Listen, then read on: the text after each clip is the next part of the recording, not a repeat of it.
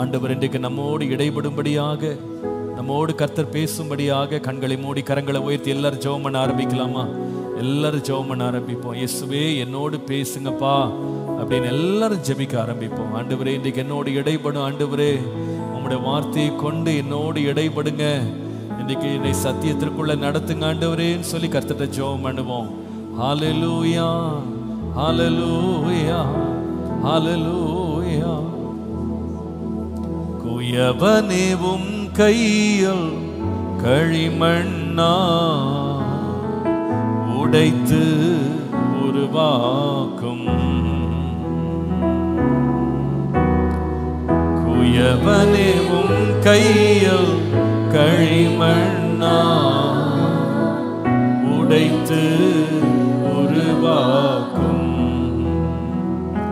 என் சித்தமல்ல உம் சித்தம் நாதா, தருகிறேன் உம் கையிலே.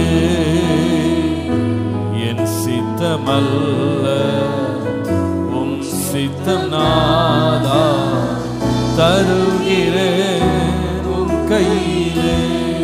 கரங்களை உயர்த்தி ஜெபமாக என்னை தருகிறேன், தருகிறேன் உம் கரத்தில் என்னை படைக்கிறேன்.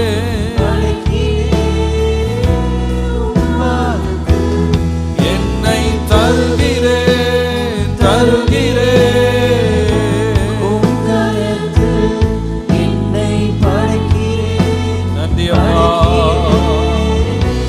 உம் பாதத்தில் உருவாக்குமே என்னை, உருவாக்குமே, உருவாக்குமே என்னை. ஆண்டவரே இன்றைக்கு உம்முடைய வசனத்தை கொண்டு எங்கள் ஒவ்வொருவரையும் உருவாக்கும். இங்கே மாத்திரம் அல்ல ஆண்டவரே, உலகம் எங்கும் ஆத்துமாக்கள் இவ்வளவு தாகத்தோடு இந்த வார்த்தைக்காக காத்திருக்கிறாங்கப்பா. சத்திய ஆவியானவர் எங்களை சகல சத்தியத்திற்குள்ள நடத்துவீராக. நாங்கள் முகத்தை பார்க்கிறோம், ஆனா நீங்க இருதயத்தை பார்க்குறீங்க. நாங்க என்ன தேவையோடு வந்திருக்கிறோம், எந்த கேள்விகளோடு வந்திருக்கிறோம், இவைகள் எல்லாவற்றையும் கர்த்தர் அறிந்திருக்கிறேன். நலமானதை போதியும், நித்திய வழியில நடத்தும், பிரயோஜனமானவைகள் எங்களுக்கு போதியும். கர்த்தருடைய ஆவியானவர் முழு ஆளுகை எடுத்து உம்முடைய மகிமையும் வல்லமையும் எங்கள் மத்தியிலே விளங்க பண்ணும்படி இரக்கமுள்ள தேவ கரத்திலே ஒப்பு கொடுத்து ஜெபிக்கிறேன். பாதுகாத்து வழி நடத்தும் இயேசுவின் நாமத்தில் பிதாவே, ஆமென். உட்கார்வோம்.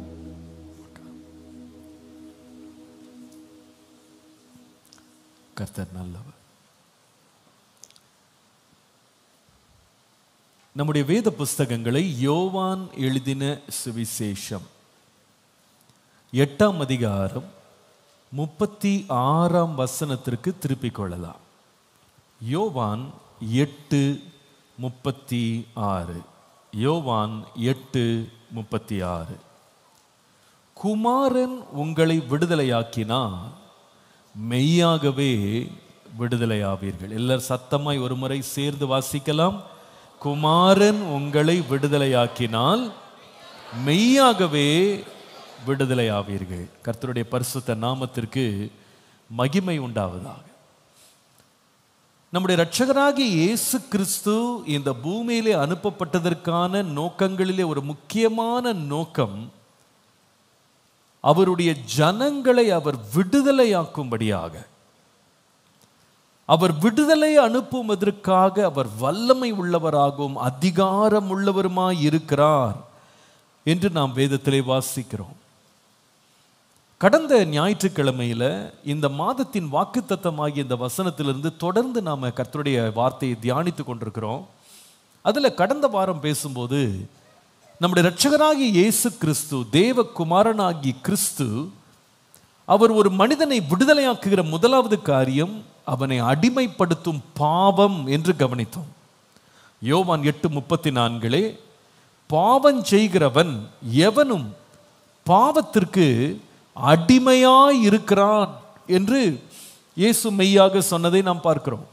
அப்ப கடந்த வாரம் நம்ம கவனித்தது நமக்குள்ள இருக்கிற பாவத்திலிருந்து ஒரு விடுதலை ஆக்குறார். இன்றைக்கு நாம கவனிக்க போகிற ஒரு காரியம், தேவன் நம்ம கொடுக்க போகும் விடுதலை, குமாரன் நம்ம கொடுக்கிற விடுதலை எங்கிருந்து என்று கேட்டால் எழுதி கொள்ளுங்க. He gives us freedom from the addiction to attention. நமக்கு நேராக திரும்பம் கவனத்திற்கு நாம் கொண்டிருக்கும் அடிமைத்தனத்திலிருந்து தேவன் நம்மை விடுதலையாக்க விரும்புகிறார். கவனத்தை ஈர்க்க வேண்டும்.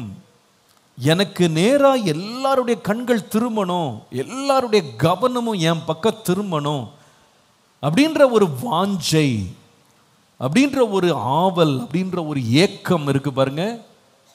இதிலிருந்து நம்மை விடுதலையாக்க நம்முடைய தேவன் வல்லவராகவும் போதுமானவராகவும் இருக்கிறார்.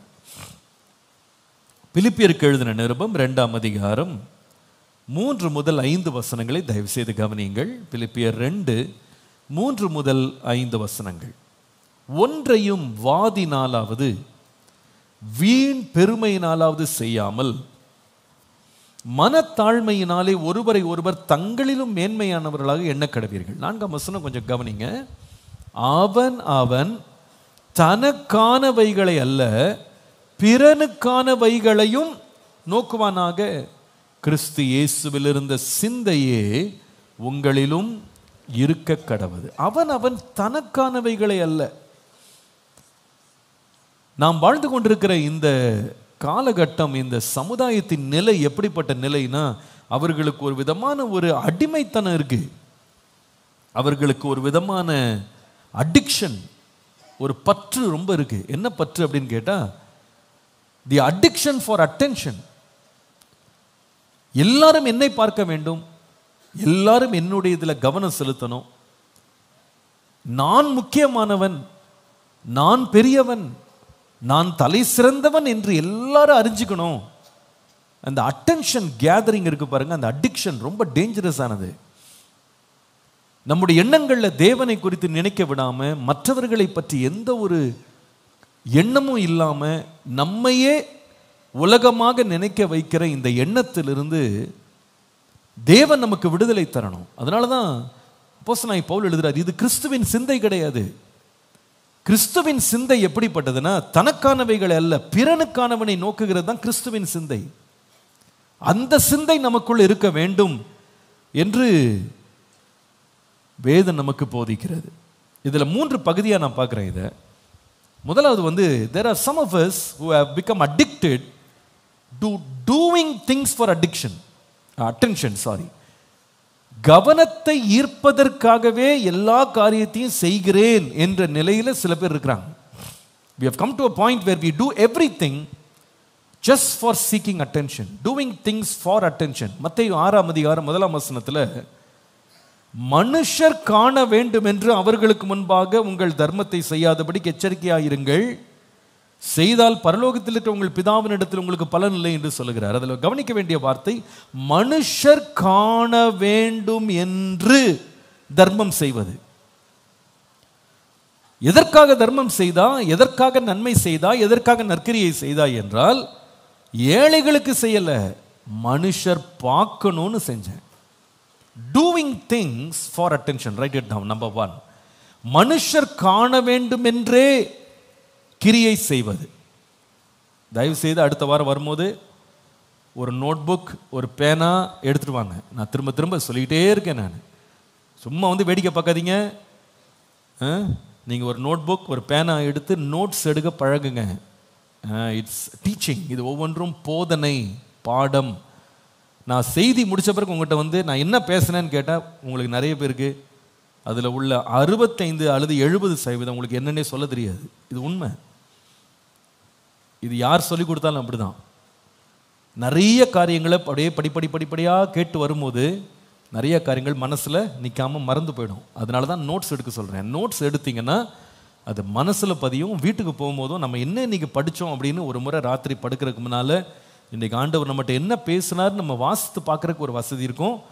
இந்த வாரத்திலேயும் நீங்கள் நாளில் வேலைக்கு போகும்போது காலையில் எழுந்து தியானம் பண்ணும்போது கர்த்தர் இந்த வாரம் நம்மகிட்ட என்ன பேசினார் அப்படின்னு ஒரு முறை திரும்பி பார்க்குறதுக்கு நோட்ஸ் ரொம்ப முக்கியம்.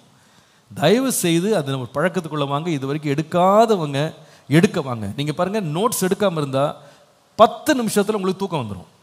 நீங்கள் வேறு உலகத்துக்கு போயிடுவீங்க. நான் பார்க்குறேன் சில பேரோட போராட்டத்தை பார்க்குறேன். நான் இங்கே அந்த போராடாமல் இருக்கிறதுக்கு நோட்ஸ் எடுங்க. நான் ஒரு ஊழியனாக உங்கள் மெய்ப்பனாக உங்களுக்கு ஆலோசனை தர்றேன். தயவுசெய்து இந்த ஆலோசனை கேளுங்க. அது உங்களுக்கு நன்மை. அதனால தான் இதை சொல்கிறேன். அதனால் சங்கடப்படாதீங்க. இப்படி பாஸ்டர் சொல்கிறாங்களே சங்கடம்லாம் படாதீங்க. நீங்கள் சங்கடப்பட்டால் கூட பரவாயில்ல, நான் சொல்லிகிட்டே தான் இருப்பேன், என் கடமை அது.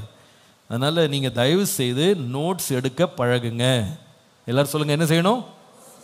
Very good. அதனால் நான் சும்மா கதை அடிச்சுக்கிட்டே போகிற ஆள் கிடையாது.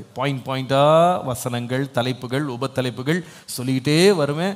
அதை கூடுமானம் மட்டும் ஸ்க்ரீன்லேயும் நான் போடுறதுக்கு நோட்ஸை முன்னாடி கொடுத்துட்றேன் அவங்களுக்கு. நான் சும்மா ஏதோ வாய்க்கு வந்ததெல்லாம் நான் பேசுகிறது கிடையாது. Every thing is written. அதனால் அந்த டீமும் ஒவ்வொரு வரியும் அவங்க போடுறதுக்கு முயற்சி செய்வாங்க. சில தடவை தாமதமாக, நான் கடைசி நிமிஷம் ப்ரிப்பேர் பண்ணுறதுல தாமதமாக போகிறதுல உடனே டைட்டில் வராமல் இருக்கலாம். But I make it a point that all my notes are shared. அதனால் நான் இதை உங்களுக்கு பிரிண்டில் எடுத்து கொடுக்கறது ரொம்ப ஈஸி. ஆனால் நீங்கள் எழுத மாட்டீங்க, அதுக்காக தான் உங்களுக்கு கொடுக்கறது கிடையாது. கொடுக்குறதும் அது பப்ளிஷ் பண்ணுறது ரொம்ப ஈஸி. ஆனால் நீங்கள் அதை வாசிக்க மாட்டீங்க. நீங்களாக எழுதணும், நீங்களாக உட்காந்து படிக்கணும். அப்போ தான் அது உங்களுக்குள்ள பயிற்சியாக மனசுக்குள்ளே நிற்கும், இருதயத்திலும் எழுதப்படும். ஒரு ஆமீன் சொல்லுங்கள். நோட்ஸ் எடுக்க சந்தோஷப்படுறவங்களோ ஒரு ஆமீன் சொல்லுங்கள்.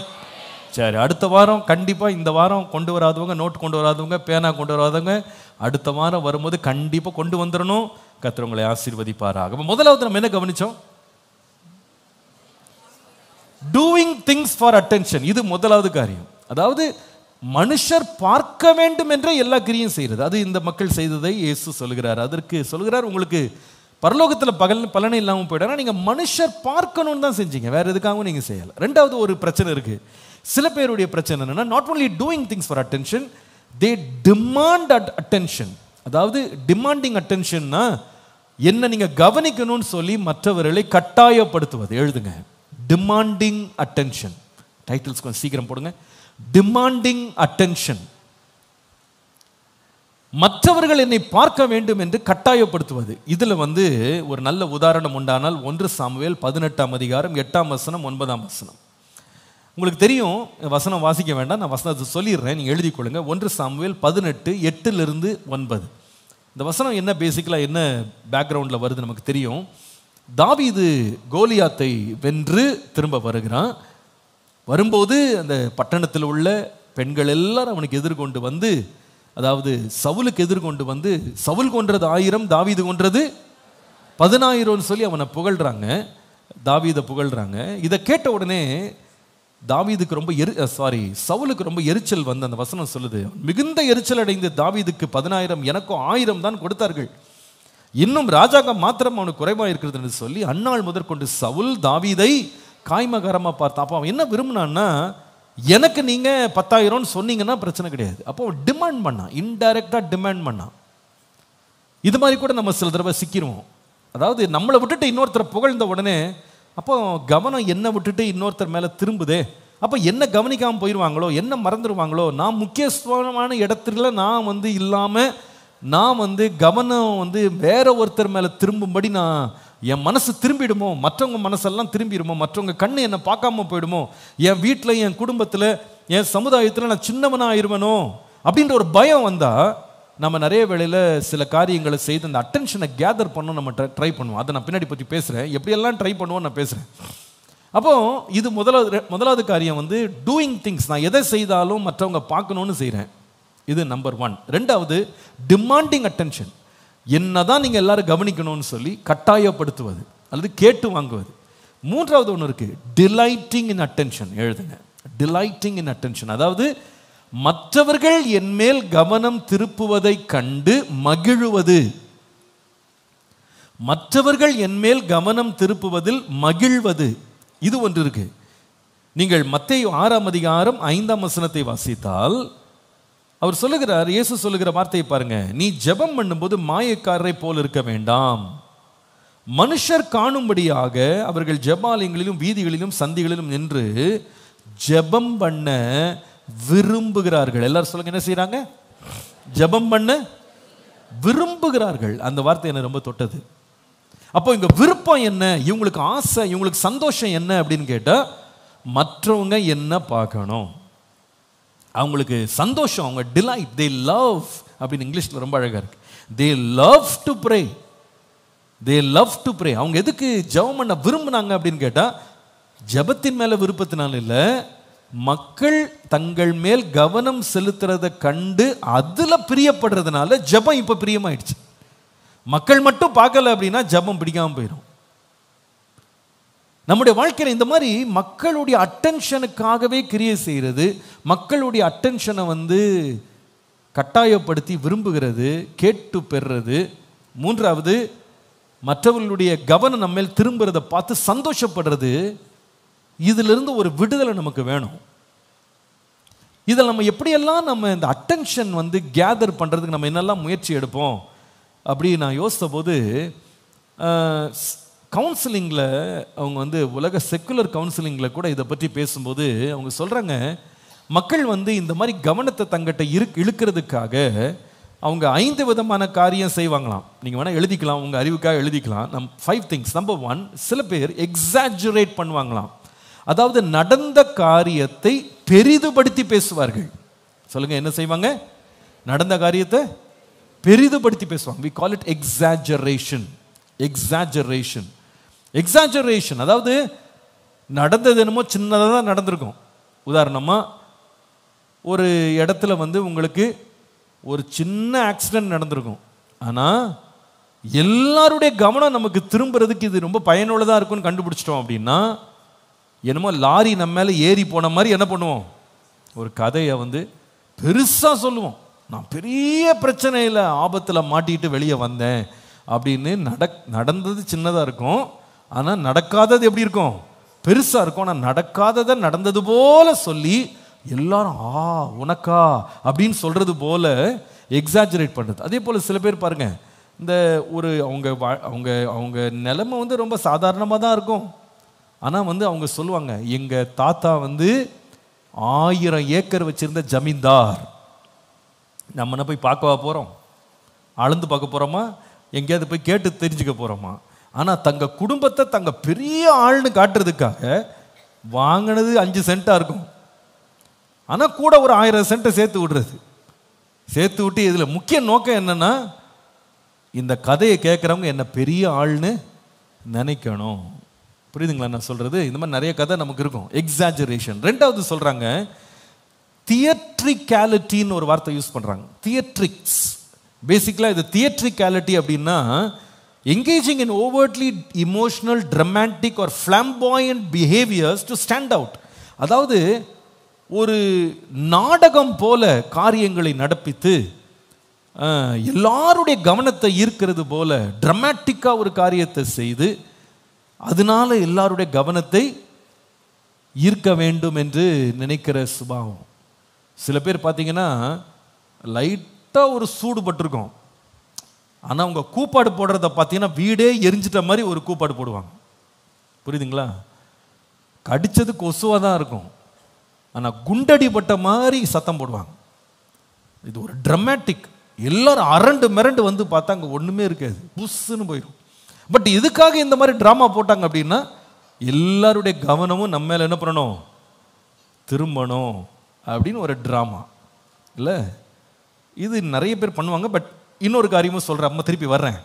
மூன்றாவது, சோஷியல் மீடியா யூஸ்ன்னு சொல்கிறாங்க.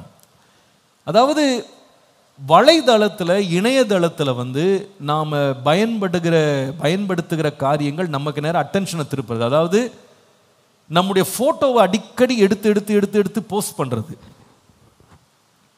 நம்மை பற்றிய சுய கதைகளை, தனிப்பட்ட கதைகளை கூட உலகத்துக்கே தண்டோரா போட்டு அடிக்கிறது. இது என்னன்னா attention gathering. You cannot be covered. நம்மளால மறைஞ்செல்லாம் இருக்கவே முடியாது. புரியுதுங்களா? நான் இங்கே காப்பி குடித்தேன், அந்த காப்பி ஒரு ஃபோட்டோ. நான் இந்த ஹோட்டலில் சாப்பிட்டேன், உடனே அந்த சாப்பாட்டின் க்ளோஸ்அப்பில் ஒரு ஃபோட்டோ. பார்க்குறவெல்லாம் நாக்கு ஊறணும். அதுக்கப்புறமா அந்த ஹோட்டலுக்கு வெளியே நின்று அங்கே ஒரு ஃபோட்டோ. அது எதுக்குன்னா நாங்களே ஹோட்டல் சொந்தமாக வச்சுருக்கிற மாதிரி.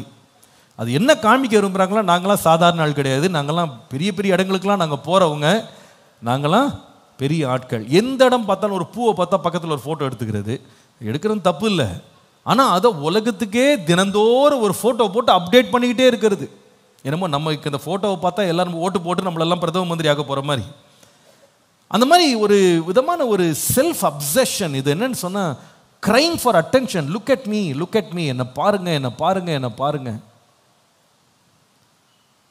ஒரு பொருளை வாங்கிட்டா போதும், அந்த பொருளை வந்து எல்லாருக்கும் முன்னால் கொண்டு வைக்கிறது.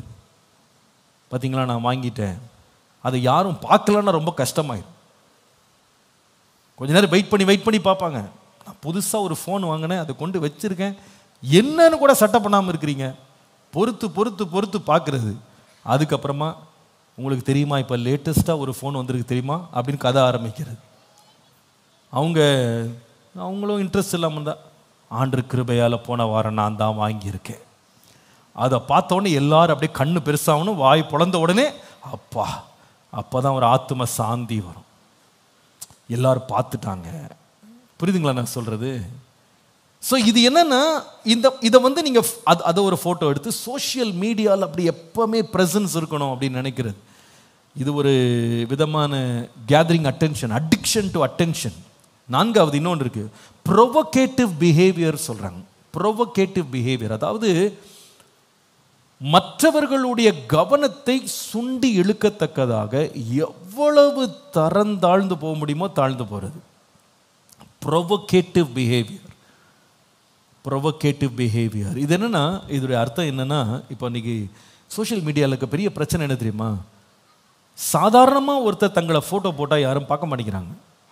அதனால் அவங்க வந்து போடுகிற வஸ்திரங்கள் ஒரு விதமாக அநாகரிகமான வஸ்திரங்களை போடுறது, அவங்க வந்து மக்களுடைய கண்களை சுண்டி இழுக்கிற மாதிரி மேக்கப் போட்டுக்கிட்டு ஹேர் டூ பண்ணிக்கிட்டு என்னை பாருங்கன்னு சொல்லி மற்றவங்களை ப்ரொவோக் பண்ணுறது, தூண்டி இழுத்து சுண்டி இழுக்கிற காரியங்களை செய்து என்னை கவனிங்க. நீங்கள் ஆஃபீஸ்க்கு போகிறவங்க கூட சில பேர், நம்ம போனது வேலைக்காக, நம்ம வேலையை பார்க்க, ஆனால் சில வேளையில் ஆஃபீஸ்க்கோ காலேஜுக்கோ ஸ்கூலுக்கோ போகிறவங்க என்னை எல்லாரும் பார்க்கணும், I should stand out from the crowd, கூட்டத்தில் நான் தனியாக தெரியணும் அப்படின்றதுக்காக அவங்க அதிகமான பணத்தையும் பொருளையும் நேரத்தையும் செலவழித்து தங்களை மற்றவர்களை சுண்டி இழுக்கிற ஒரு கருவியாக மாறுறதுக்கு அடிமையாகிறாங்க பாருங்க. அதுதான் கவன ஈர்ப்புக்காக உள்ள அடிமைத்தனம், அடிக்ஷன் டு அட்டென்ஷன். ஓகே, ஐந்தாவது கிரியேட்டிங் கான்ஃப்ளிக்ட்னு சொல்கிறாங்க. ஐந்தாவது, இந்த கவனத்தை ஈர்க்கிறதுக்கு மனிதர்கள் செய்கிற ஐந்தாவது காரியம் வந்து கிரியேட்டிங் கான்ஃப்ளிக்ட்.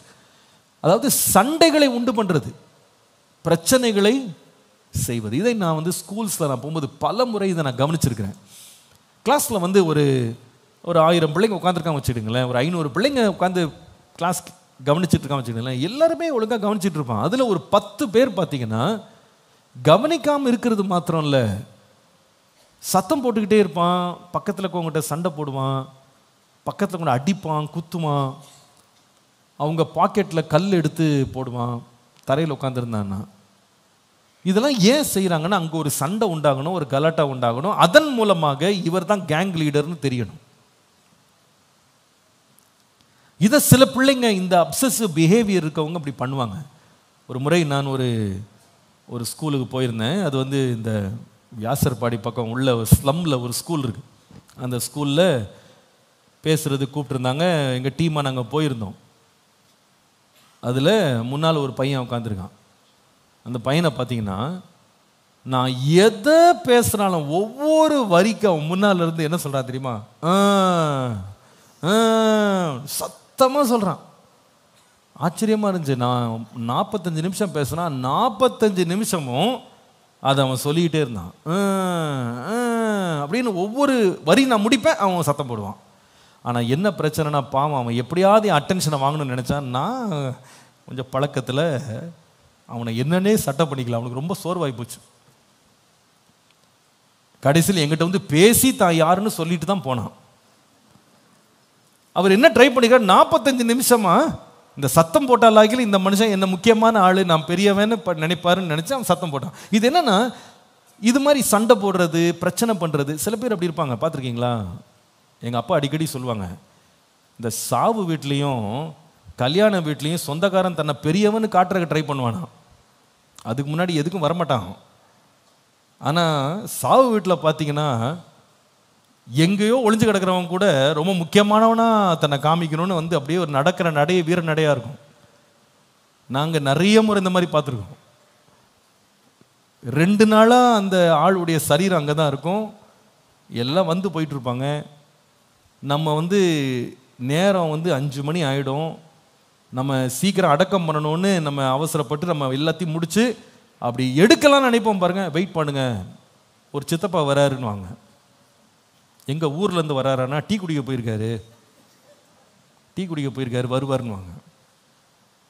எத்தனை முறை தெரியுமாங்க அடக்கம் பண்ணுறதுக்கு பாடி எடுத்துகிட்டு போயிட்டு குழி பக்கத்தில் கொண்டு வச்சுட்டு 3/4 மணி நேரம் நின்ன அனுபவங்கள் இருக்குது.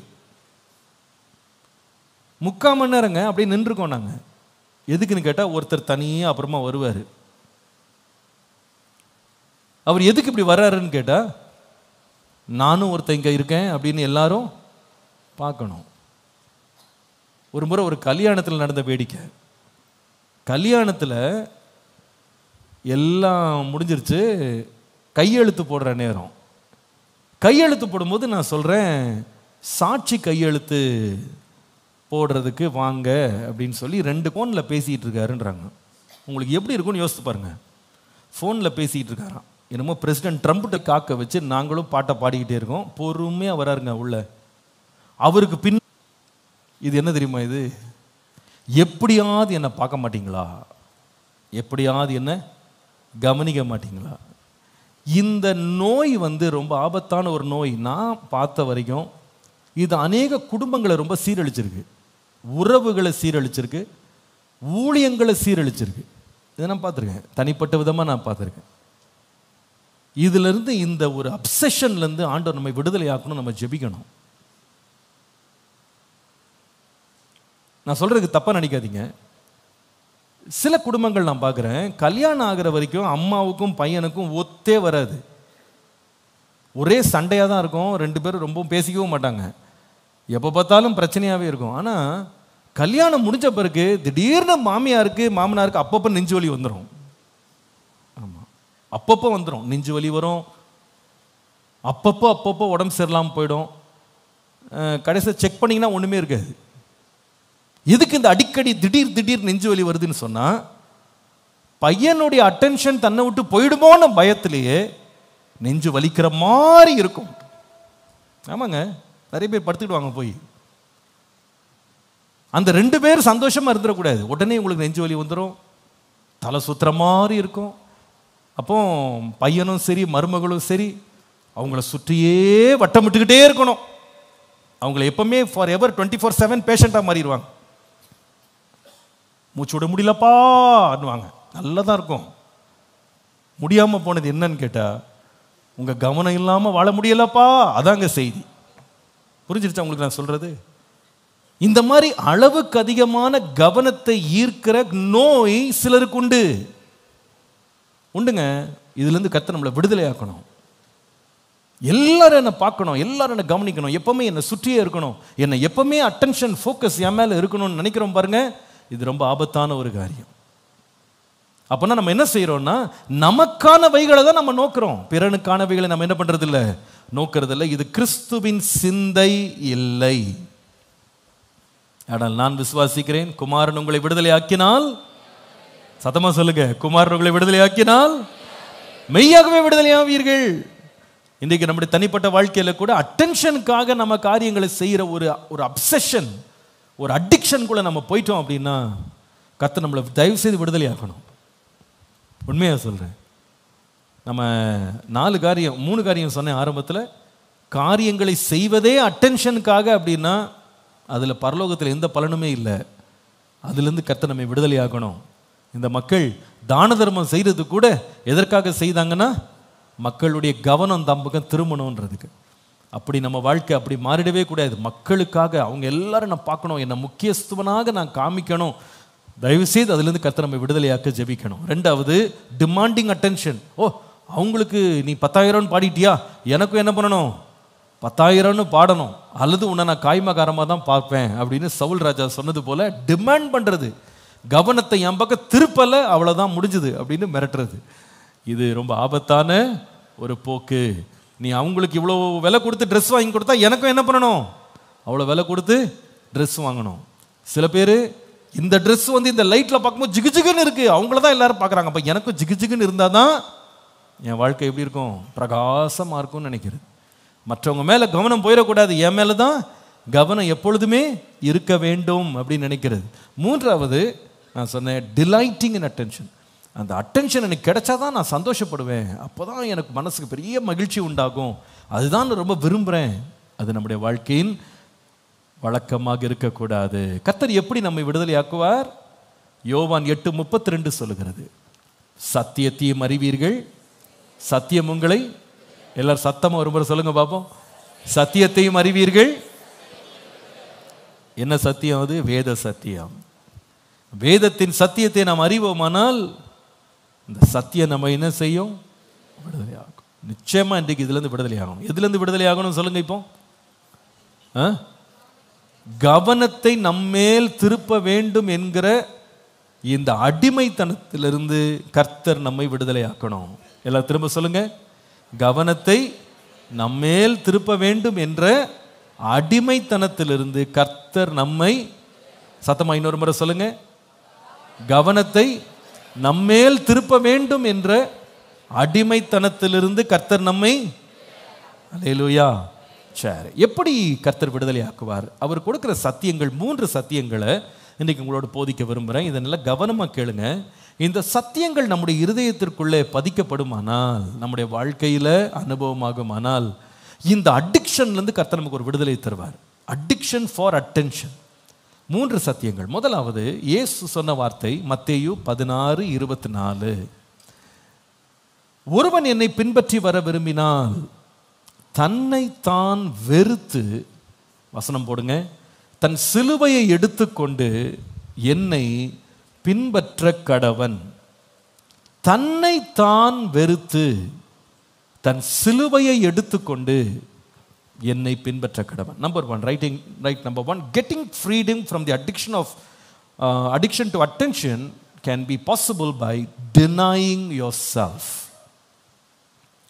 நமக்கு நேராகவே நம்முடைய கவனத்தை, மற்றவருடைய கவனத்தை திருப்பும் இந்த ஆபத்தான போக்கிலிருந்து விடுதலை பெறுவதற்கு முதல் வழி denying yourself.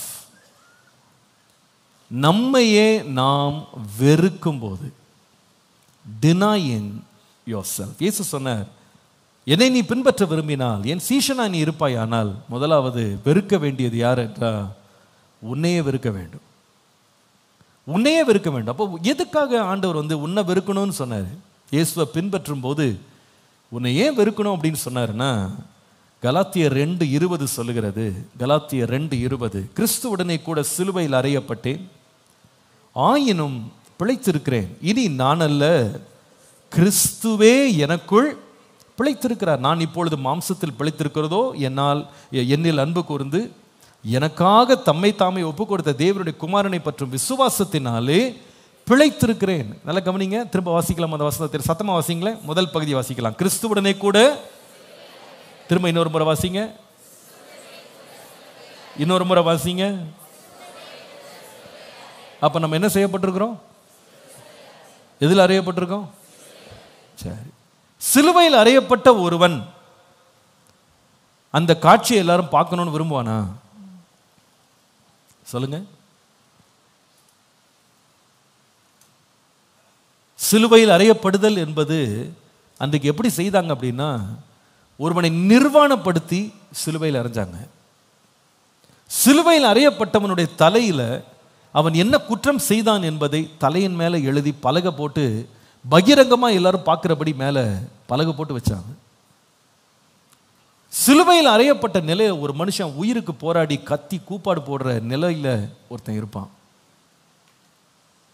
அந்த நிலையில் நம்ம ஒருவேளை நம்ம இருந்தோம்னா அந்த நேரத்தில் நம்மளை யாரும் பார்க்கக்கூடாதுன்னு தான் விரும்புவோம், இல்லையா?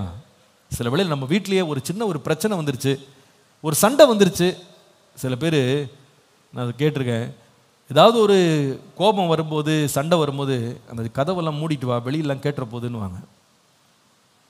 அந்த மாதிரி ஒரு சங்கடமான நேரத்தில் யாராவது நம்மளை விசிட் பண்ண வந்தால் நம்மளுக்கு ஒரு மாதிரி இருக்கும், அதை பார்க்க விரும்ப மாட்டோம் நம்ம, இல்லையா? பவுல் சொல்கிறாரு, நான் சிலுவையில் அறையப்பட்டிருக்கிறேன், நான் விசுவாசிக்கிறேன், கிறிஸ்துவோடு நான் சிலுவையில் அறையப்பட்டிருக்கேன், அந்த பகுதியை நான் ரொம்ப வெறுக்கிறேன், என்னையே நான் வெறுத்துருக்கேன். ஏன்னா என்ன நீங்கள் பார்த்தீங்கன்னா என்னையே அருவருத்துருவீங்க, அதனால் நானே என்னை வெறுக்கிறேன். ஆனால் நான் ஒன்றை பற்றி மேன்மை பாராட்டுறேன், அது என்ன தெரியுமா? நான் அல்ல, இப்போ கிறிஸ்து எனக்குள்ளே பிழைத்திருக்கிறார். அதனால் என்னை நான் வெளிப்படுத்துறதை விட நான் கிறிஸ்துவை தான் வெளிப்படுத்த விரும்புகிறேன். அதனால் என்னுடைய சுயத்தை நான் ரொம்ப வெறுக்கிறேன், என்னுடைய சுயத்தை நான் வெறுக்கிறேன். என் மாம்சத்தின்படி நான் நடக்க நான் விரும்புறதில்லை, என் பழைய மனுஷனை நான் வெளிப்படுத்த நான் விரும்புறதில்லை. அதை நீங்கள் யாரும் பார்க்க வேண்டாம், எனக்குள்ளே இருக்கிற இயேசுவின் ஜீவனை நீங்கள் பாருங்க, இயேசுவை பாருங்க. என்னை உயிரோடு எழுப்பினவர் அவர். என் பழைய மனுஷனை யாரும் என்ன பண்ணாதீங்க, பார்க்காதீங்க. அதை நான் என்ன செஞ்சிட்டேன்னா வெறுத்துட்டேன். என் மாம்சத்தின் காரியங்களை நான் வெறுத்துட்டேன், அதை அருவருக்கிறேன், அதை யாரும் பார்க்க வேண்டாம் அப்படி நான் விரும்புகிறேன். என்ன நீங்கள் பார்த்து என்ன புகழணும் அப்படின்னா என்ன புகழாதீங்க, என்கிட்ட ஒரு நன்மையும் இல்லை. என்ன புகழணும்னா எனக்குள்ள இருக்கிற இயேசுவை புகழுங்க. நான் நிற்பது தேவ கிருபையினாலே இருக்கிறேன். ஹல்லேலூயா. நான் இல்லை, கிறிஸ்து எனக்குள் பிழைத்திருக்கிறார். அதை தான் நான் வெளிப்படுத்த விரும்புகிறேனே தவிர என்னுடைய மாம்சத்தில் நான் வெளிப்படுத்த விரும்பலை. எனக்குன்னு சொல்றதுக்கு மேன்மை பாராட்டு எனக்கு ஒன்றுமே இல்லை. அதனால நான் என்னையை வெறுக்கிறேன். பிரியமானவர்களே, இந்த உலகத்தின் மேன்மை, மாம்சத்தின் பெருமை, ஜீவனத்தின் பெருமையை நம்ம வெறுக்கிற வரைக்கும் இந்த அடிக்ஷன்லேருந்து நம்ம வெளியே வரவே மாட்டோம். என்னை எல்லாரும் பார்க்கணுன்ற ஒரு அடிக்ஷன் இருக்கு பாருங்க, அது வெளியே வரணும்னா முதலாவது நம்மை வெறுத்து இயேசுவை வெளிப்படுத்த வேண்டும். The more I crave attention, it reveals a deeper spiritual emptiness in me. எவ்வளவு அதிகமாக என்ன பாருங்க நான் சொல்றேனோ, நான் ஒன்றை தெரியாம நான் வெளிப்படுத்துறேன். என்ன தெரியுமா? அது எனக்குள்ளே இருக்கிற ஆவிக்குரிய வெறுமையை நான் வெளிப்படுத்துறேன். அதான் உண்மை. அதை நம்ம ஒவ்வொருத்தரும் புரிஞ்சுக்கணும். நம்ம நம்மளை பார்க்கணும், நம்ம முக்கியத்துவம் பெறணும். நம்ம எப்பெல்லாம் நம்ம நினைக்கிறோமோ அர்த்தம் என்னன்னா, உள்ள இருக்கிற ஜீவன் இயேசு இல்லை, நான் தான் இருக்கிறேன். இயேசு உள்ள இருப்பார். நம்ம சொல்லுவோம், என்ன பார்க்காதீங்க, யாரை பாருங்க, இயேசுவை பாருங்க. என்ன புகழாதீங்க, அவரை புகழுங்க. என்ன மேன்மைப்படுத்தாதீங்க, அவரை மேன்மைப்படுத்துங்க. நீங்க பாருங்க, இந்த நமக்கு நேராகவே நம்ம கவனத்தை ஈர்த்து கொண்டே இருப்போம்னா தேவன் நமக்காக வைத்திருக்கிற நோக்கங்களுக்கு நேராக நம்ம பயணிக்காம நம்மை மற்றவர்கள் புகழுகிறதுலே நம்ம திருப்தி அடைஞ்சு நம்ம மேன்மை பாராட்டிகிட்டே போயிடுவோம். இது ரொம்ப ஆபத்தான ஒரு போக்கு. இது நமக்குள்ளே இருக்கிற மிகப்பெரிய நோய் என்பதை புரிந்து கொள்ளணும். என்னை பற்றி ஃபோக்கஸ் பண்ணுறதுக்கு ஒன்றுமே இல்லை, என்னை பற்றி சொல்கிறதுக்கு ஒன்றுமே இல்லை. நாம் ஒன்றை விசுவாசிக்கிறோம். 2 கொரிந்தியர் 10:18 தன்னைத்தான் புகழுகிறவன் உத்தமன் அல்ல, கர்த்தரால் புகழப்படுகிறவனே உத்தமன். தன்னைத்தான் புகழுகிறவன் உத்தமன் அல்ல, கர்த்தரால் புகழப்படுகிறவனே உத்தமன். நல்லா கவனிங்க, நம்முடைய வாழ்க்கையில் இந்த சுயத்துக்கு நேராக கவனத்தை திருப்புற இந்த அடிமைத்தனத்திலிருந்து விடுதலை பெறணும் அப்படின்னா என்னையே நான் வெறுத்து என் கண்களை இயேசுக்கு நேராக திருப்பணும். You deny yourself. நம்ம எவ்வளோ அதிகமாக நம்மளை டினை பண்ணுறோமோ, ஆண்டவரே நான் என்னை அருவருக்கிறேன், என் நீதி எல்லாம் அழுக்கான கந்தையாக நான் பார்க்குறேன், எனக்கு எந்த தகுதி இல்லாதபடி தான் நான் பார்க்குறேன், என்னில் மேன்மை பாராட்ட எனக்கு ஒன்றுமே இல்லை.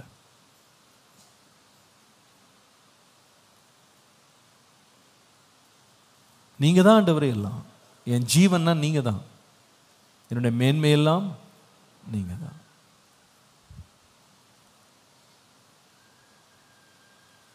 நீங்கள் தான் எனக்கு எல்லாம். என்னை பற்றி நான் மேன்மை பாராட்டுறதுக்கு ஒன்றுமே இல்லை, எல்லாமே நீங்கள் தந்தது. உம்மாலே தான் நான் இன்னைக்கு உயிர் பிழைச்சிருக்கேன். உண்மையே நான் மேன்மைப்படுத்த விரும்புகிறேன். ஹல்லேலூயா.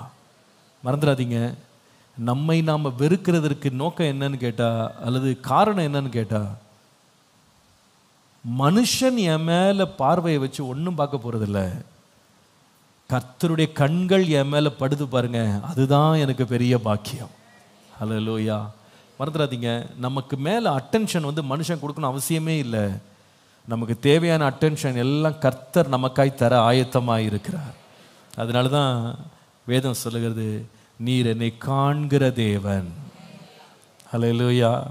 கர்த்தர் நம்மளை பார்த்தா போதுமா போதாதா? போதும் இல்லையா? கர்த்தர் நம்மளை பார்த்தா போதும். ஜனங்களும் நமக்குள்ள கர்த்தரை பார்த்தா போதும். நம்மை பார்த்து என்ன பண்ண போறாங்க? நம்முடைய சுய மேன்மைகள், நம்முடைய சுய பெருமைகளை வச்சு நம்ம என்ன பிரதிபலிக்கலாம்னு நினைக்கிறீங்க? நம்ம ரொம்ப நல்லவங்களா? இல்லை.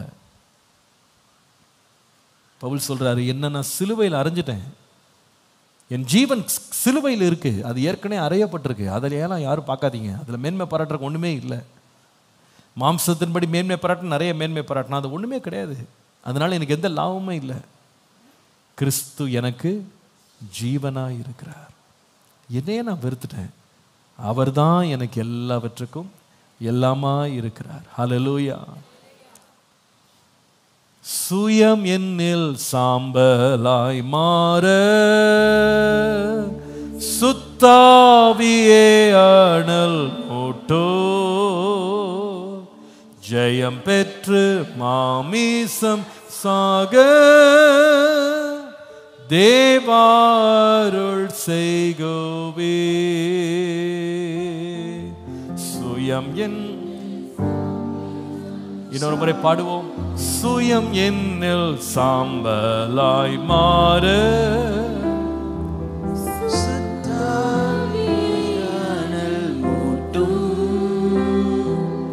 ஜெயம் பெற்று மாமிசம் சாக தேவாருள் செய்கோவே. கல்வாரியின் கல்வாரியே அம்பினையே கண்டு இறை தோடி வந்தே. ஆமே.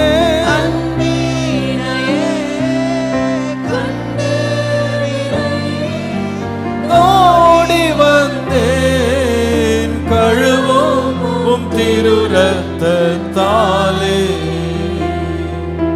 கரை நீங்க இருதயத்தை கழுவும் திருரத்தாலே, கரை நீங்க இருதயத்தை. ஹல்லேலூயா. சுயம் என்னவா மாறணும்? சத்தமா சொல்லுங்க. ஹல்லேலூயா. என்னைய நான் வெறுக்கிறேன் ஆண்டவரே, எனக்கு மேன்மை பாராட்டுறதுக்குன்னு ஒண்ணுமே, மேன்மை எல்லாம் கர்த்தர் தான். ஹல்லேலூயா. ஆண்டவரே, எனக்கு நேரா ஜனங்களுடைய கண்ணு திரும்பணுன்ற எண்ணம் முறியடிக்கப்படுறதுக்கு என் சுயத்தையே நான் சாகடிக்க கிருபை தாங்க. என்னையே வெறுக்க எனக்கு கிருபை தாங்க. ரெண்டாவது, நமக்கு நேராக ஜனங்களுடைய கவனம் திரும்பணுன்ற இந்த ஒரு அடிக்ஷன் இருக்கு பாருங்க, இந்த ஒரு அடிமைத்தனம் இருக்கு பாருங்க, இதை முறிக்கிறதுக்கு ரெண்டாவது சத்தியத்தை நம்ம அறிந்து கொள்ள வேண்டிய ஒரு சத்தியம் 115 சங்கீதம் 1 வசனம். எழுதுங்க. 115 சங்கீதம் 1 வசனம். எங்களுக்கல்ல கர்த்தாவே, எங்களுக்கல்ல, உமது கிருபை நிமித்தமும் உமது சத்தியத்தின் நிமித்தமும் உமது நாமத்திற்கே மகிமை வர பண்ணும். First I said, in order to break or get freedom from the addiction to attention, we do it by number 1, denying yourself. நம்மையே நாம் வெறுப்பதினால தான் இந்த நமக்கு நேராக கவனம் திரும்பணும் அப்படின்ற எண்ணத்திலிருந்து விடுதலை பெற முடியும். ரெண்டாவது, நமக்கு நேராக கவனம் திரும்பணும் அப்படின்ற அடிமைத்தனத்திலிருந்து விடுதலை பெறுறதுக்கு அவருடைய மகிமையை, மகத்துவங்களை அறிவிக்க வேண்டும். We have to declare his praise. Declaring his praise. அவருடைய மகிமையை நாம் அறிவிக்க வேண்டும். சொல்லுங்க, என்ன செய்யணும்? அவருடைய மகிமையை அறிவிக்க வேண்டும். பரிசுத்த ஆவியானவர் அதை தான் செய்கிறார். யோவான் 16ஆம் அதிகாரம் 13, 14 வசனங்களை பாருங்க. யோவான் 16, 13, 14 வசனங்கள். சத்திய ஆவியாகி அவர் வரும்போது சகல சத்தியத்திற்குள் உங்களை நடத்துவார். அவர் தம்முடைய சுயமாய் பேசாமல் தாம் கேள்விப்பட்டவைகள் யாவையும் சொல்லி வரப்போகிற காரியங்களை குறித்து அறிவிப்பார். 14ஆம் வசனம், அவர் என்னுடையதில் இருந்து எடுத்து உங்களுக்கு அறிவிப்பதினால் என்னை மகிமைப்படுத்துவார். அவர் என்னை பற்றி தான் பேசுவார், சுயமா எதுவும் பேச மாட்டார். என்னை பற்றி பேசுவார். ஆவியானவர் எதை பேசுவார்னா என்னை பற்றி பேசுவார்னு இயேசு சொன்னார். அப்போ நானும் எதை பற்றி பேசணும் அப்படின்னா என்னை பற்றி அல்ல, தேவனுடைய மகிமையை குறித்து நம்ம பேசணும், அவருடைய மகத்துவங்களை குறித்து நாம் பேசணும். மத்தேயு 3ஆம் அதிகாரம் 11 12 வசனங்களை பாருங்க. அங்கே யோவான் ஸ்நானகன் சொல்லுகிற வார்த்தையை பாருங்க. மனம் திரும்புதலுக்கென்று நான் ஜலத்தினால் தண்ணீரால் உங்களுக்கு ஞானஸ்தானம் கொடுக்கிறேன், எனக்கு பின் வருகிறவர் என்னிலும் வல்லவராய் இருக்கிறார், அவருடைய பாதரட்சைகளை சுமக்கிறதற்கு நான் பாத்திரன் அல்ல, அவர் பரிசுத்த ஆவியினாலும் அக்கினியினாலும் உங்களுக்கு ஞானஸ்தானம். அப்போ அவர் யாரை பற்றி பேசினார்? தன்னை பற்றி பெருசா பேசல. அவருடைய செருப்பின் வாரை அவிழ்க்கிறது கூட நான் பாத்திரவான் கிடையாது, அவர் அவ்வளோ பெரியவர். நான் தண்ணீரால ஞானஸ்தானம் கொடுக்குறேன். இயேசு சொன்னார், இவன் ஸ்திரீகளில் பிறந்தவன்லே பெரியவன், யோவான் ஸ்தானம் கூட யாரும் இல்லைன்னார். ஆனால் யோவான் ஸ்தானோட அறிக்கையை பார்த்தீங்கன்னா, நாட் மீ, என்னை பற்றி பெருமையாக பேசுறதுக்கு ஒன்றும் இல்லை, எனக்கு பின்னால் வருகிற ஒருவர் இருக்கிறார், ரட்சகராகிய கிறிஸ்து, அவர் ரொம்ப மேன்மையானவர், அவர் தான் மேன்மைப்படுத்தப்பட வேண்டியவர், அவருக்கு மகிமை எப்பொழுதும் செலுத்துவேன். அப்போஸ்தலர் நடபடிகள் 3ஆம் அதிகாரத்தில் ஒரு நல்ல சம்பவம் இருக்கு. அலங்கார வாசல்ல ஒரு மனுஷன் பிச்சை கேட்டுட்டு உட்காந்துருக்கான். பிறவி முதல் பிச்சை கேட்டவன், பிறவி முதல் முடவனா இருக்கிறான். அவனுக்கு கிட்டத்தட்ட 40 வயது, almost 40 years, lame in his feet. உட்கார்ந்து இருக்கிறவன் பேதுரும் யோவானும் ஜெப வேளையில் உள்ள வரும்போது தனக்கு ஏதாவது பிச்சை கொடுப்பாங்கன்னு ஓட்டை ஏந்திட்டு நின்றுருப்பான் போல இருக்கு. அப்போ பேதுரும் யோவானும் சொல்றாங்க, வெள்ளியும் பொன்னும் என்னிடத்தில் இல்லை, ஆனால் எங்கிட்ட இருக்கிறது நான் தர்றோம், நசரனாகிய இயேசுவின் நாமத்தினால எழுந்து நடன்னு சொன்ன உடனே அவ்வளோதான், உடனே அவன் குதித்து எழுந்து நின்று கர்த்தரை துதித்து மகிமைப்படுத்தின ஒரு அற்புதத்தை அங்கே நடக்கிறத பார்க்குறோம். இவன் அப்படியே குதிச்சுக்கிட்டு, இவன் ரொம்ப வருஷமா வாசலில் உட்காந்து பிச்சை எடுத்தவன் ஆராதிக்கிறவர்களோட உள்ளே போய் ஆலயத்தினோடனே ஜனங்கள்லாம் அதிர்ந்து பார்க்குறாங்க, இந்த மனுஷன் பிச்சைக்காரன் எப்படி இங்கே உள்ளே வந்தான் அப்படின்னு அவங்க எல்லாம் பார்த்துட்டு இருக்கும் போது திரும்பி பார்த்தா பேதுரு யோவானும் நிற்கிறாங்க. வேதம் சொல்லுகிறது 11ஆம் வசனம், குணமாக்கப்பட்ட சப்பானி பேதுருவையும் யோவானையும் பற்றி கொண்டிருக்கிறையில் ஜனங்கள் எல்லாரும் பிரமித்து சாலமோன் மண்டபம் எனப்பட்ட மண்டபத்திலே அவர்களிடத்தில் ஓடி வந்தார்கள். பேதுரு யோவான்கிட்ட ஓடி வர்றாங்க. 12ஆம் வசனத்தில் பேதுரு அதை கண்டபோது ஜனங்களை நோக்கி, இஸ்ரவேலரே, இதை குறித்து நீங்கள் ஆச்சரியப்படுகிறது என்ன? நாங்கள் எங்கள் சுய சக்தியினாலாவது எங்கள் சுய பக்தியினாலாவது இவனை நடக்க பண்ணினோம் என்று நீங்கள் எங்களை நோக்கி பார்க்கிறது என்ன? ஆபிரகாம், ஈசாக்கு, யாக்கோப் என்பவர்களுடைய தேவனாகிய நம்முடைய பிதாக்களின் தேவன் தம்முடைய பிள்ளையாகிய இயேசுவை மகிமைப்படுத்தினார், அவரை நீங்கள் ஒப்பு கொடுத்தீர்கள், பிலாத்து அவரை விடுதலையாக்கி தீர்மானித்த போது அவனுக்கு முன்பாக அவனை மறுதளித்தீர்கள் சொல்லிட்டு, இதெல்லாம் நடந்தது யாருனால் நடந்துச்சுன்னா இயேசுவினால் நடந்தது. என்னெல்லாம் நோக்கி பார்க்காதீங்க, என்ன பார்க்காதீங்க, எங்களை பார்க்காதீங்க, கண்களை யாருக்கு நேராக திருப்புங்க? இயேசுக்கு நேராக திருப்புங்க. அப்போஸ்தலர் நடபடிகள் 14ஆம் அதிகாரம் 8ஆம் வசனத்திலிருந்து ஒரு வாசிப்பீங்களான்னு ஒரு சம்பவம் வாசிக்கிறோம். லிஸ்திரான்னு ஒரு பட்டணம் இருக்கு. அந்த பட்டணத்தில் தாயின் வயிற்றில் பிறந்தது முதல் சப்பானியா இருந்து ஒருபோதும் நடவாமல் கால்கள் வழங்காதவனாய் உட்கார்ந்து பவுல் பேசுகிறதே ஒரு சப்பானி உட்கார்ந்து கேட்டுக்கொண்டிருக்கிறான். அவன் வசனத்தை கேட்டுக்கிட்டு இருக்கும் போதே குணமாகும்படியான விசுவாசம் அவனுக்குள்ள இருக்குன்னு பவுல் கண்டு எழுந்து நில் அப்படின்னு நான் பாருங்க. உடனே கூட்டத்துக்கு நடுவில் அந்த மனுஷன் பிறந்ததுலேருந்து நடக்காதவன் எழுந்து நிற்கிறான் பாருங்க. அவ்வளவுதான், எழுந்து நின்று குதித்து நடந்ததை ஜனங்கள் பார்த்த உடனே 11ஆம் வசனம் பாருங்க, தேவர்கள் மனுஷர் ரூபம் எடுத்து நம்மிடத்தில் இறங்கி வந்திருக்கிறார்கள் என்று லிக்கோனியா பாஷையிலே சத்தமிட்டு சொல்லி, யார் வந்துட்டா இப்போ? தேவர்களே இறங்கி வந்துட்டாங்கன்னு சொல்லி பர்னபாவை யூபித்தர்னு சொல்லி பவுலை மெர்க்குரி அப்படின்னு சொல்லிட்டாங்களாம். இது அவர்களுடைய கிரேக்க கடவுள்கள், கடவுள் பேரெல்லாம் இவங்களுக்கு வச்சுட்டாங்க. வச்சுட்டு 13ஆம் வசனத்தில் பாருங்க, யூபித்தருடைய கோவில் பூஜாசாரி எருதுகள் பூமாலைகளையும் வாசல் அண்டையிலே கொண்டு வந்து ஜனங்களுக்கு முன்பாக அவர்களுக்கு பலியிடணும்னு வந்துட்டான். பலியெல்லாம் எடுத்துட்டு வந்துட்டான். அப்போ அப்போஸ்தலர் என்ன செய்தாங்க பாருங்க, 14ஆம் வசனம். பர்னபாவும் பவுலும் அதை கேட்டபோது தங்கள் வஸ்திரங்களை கிழித்து கொண்டு கூட்டத்திற்குள்ளே ஓடி உரத்த சத்தமாய், மனுஷரே ஏன் இப்படி செய்கிறீர்கள்? நாங்களும் உங்களைப் போல பாடுள்ள மனுஷர் தானே. நீங்கள் இந்த வீணான தேவர்களை விட்டு வானத்தையும் பூமியும் சமுத்திரத்தையும் மேகங்களில் யாவற்றையும் உண்டாக்கின ஜீவனுள்ள தேவனிடத்தில் திரும்ப வேண்டும் என்று உங்களுக்கு பிரசங்கிக்கிறோம். சென்ற காலங்களில் அவர் சகல ஜனங்களையும் தங்கள் தங்கள் வழிகளில் நடக்க விட்டிருந்தும் அவர் நன்மை செய்து வந்து வானத்திலிருந்து மழைகளையும் செழிப்புள்ள காலங்களை நமக்கு தந்து ஆகாரத்தினாலும் சந்தோஷத்தினாலும் நம்முடைய இருதயங்களை நிரப்பி இவ்விதமாய் அவர் தம்மை குறித்து சாட்சி விளங்க பண்ணாதிருந்ததில்லை என்றார்கள். இப்படி அவர்கள் சொல்லியும் தங்களுக்கு ஜனங்கள் பலியிடாதபடிக்கு அவர்களை அமர்த்துகிறது அரிதா இருந்ததாம். அப்ப ஜனங்கள்லாம் புகழணும், இவங்க தான் முக்கியமானவனுங்கன்னு சொல்லி அவங்கள முன்னெடுக்க நினைச்சா கூட 2 பேர் சொன்னாங்க, எங்களை பார்த்து நீங்க கடவுள்லாம் சொல்லாதீங்க அப்படின்னு சட்டையை என்ன பண்ணிட்டாங்களாம், கிழிச்சுக்கிட்டாங்களாம், வஸ்திரத்தை கிழித்து கொண்டாங்க. அப்போ அவங்க என்ன சொல்ல வந்தாங்கன்னா, எங்களை பாடாதீங்க, எங்களை புகழாதீங்க, யாரை புகழுங்க? இயேசுவை புகழுங்க. அல்லேலூயா. நம்ம மேலே வந்து இந்த மாதிரி ஒரு எண்ணம், அதாவது எனக்கு அட்டென்ஷன் வேணும், என்னை அட்டென்ஷன் கொடுக்க மாட்டேங்கிறாங்க, என்னை கவனிக்க மாட்டேங்கிறாங்க அப்படின்னு ரொம்ப மன நொந்து இருக்கீங்களா? இந்த நோயிலேருந்து வெளியே வர்றதுக்கு நான் சொல்லுவேன், கவனத்தை யார் பக்கம் திருப்புங்கண்ணா? இயேசுவின் பக்கம் திருப்புங்க. எல்லா புகழ்ச்சியும் மகிமையும் என்ன பண்ணுங்க? இயேசுவுக்கு செலுத்துங்க. எபேசியர் 5ஆம் அதிகாரம் 18ஆம் வசனத்திலிருந்து பாருங்க. துன்மார்க்கத்திற்கு ஏதுவான மதுபான வெறி கொள்ளாமல் ஆவியினால் நிறைந்து, 19ஆம் வசனம் எல்லாரும் சேர்ந்து வாசிக்கலாமா? எபேசியர் 5:19, சங்கீதங்களினாலும் கீர்த்தனைகளினாலும் ஞான பாட்டுகளினாலும் ஒருவருக்கு ஒருவர் என்ன செய்யணும்? முதல்ல ஒருத்தர் நம்ம என்ன பண்ணணுமா? புத்தி சொல்லணுமா? அடுத்தது, உங்கள் இருதயங்களில் கர்த்தரை பாடி கீர்த்தனம் பண்ணி நம்முடைய கர்த்தராகிய இயேசு கிறிஸ்துவின் நாமத்தினால எப்பொழுதும் எல்லாவற்றிற்காகவும் பிதாவாகிய தேவனை ஸ்தோத்தரிக்க வேண்டும். அல்லேலூயா. அப்போ அறிவிக்கிறதும் செய்யணும்.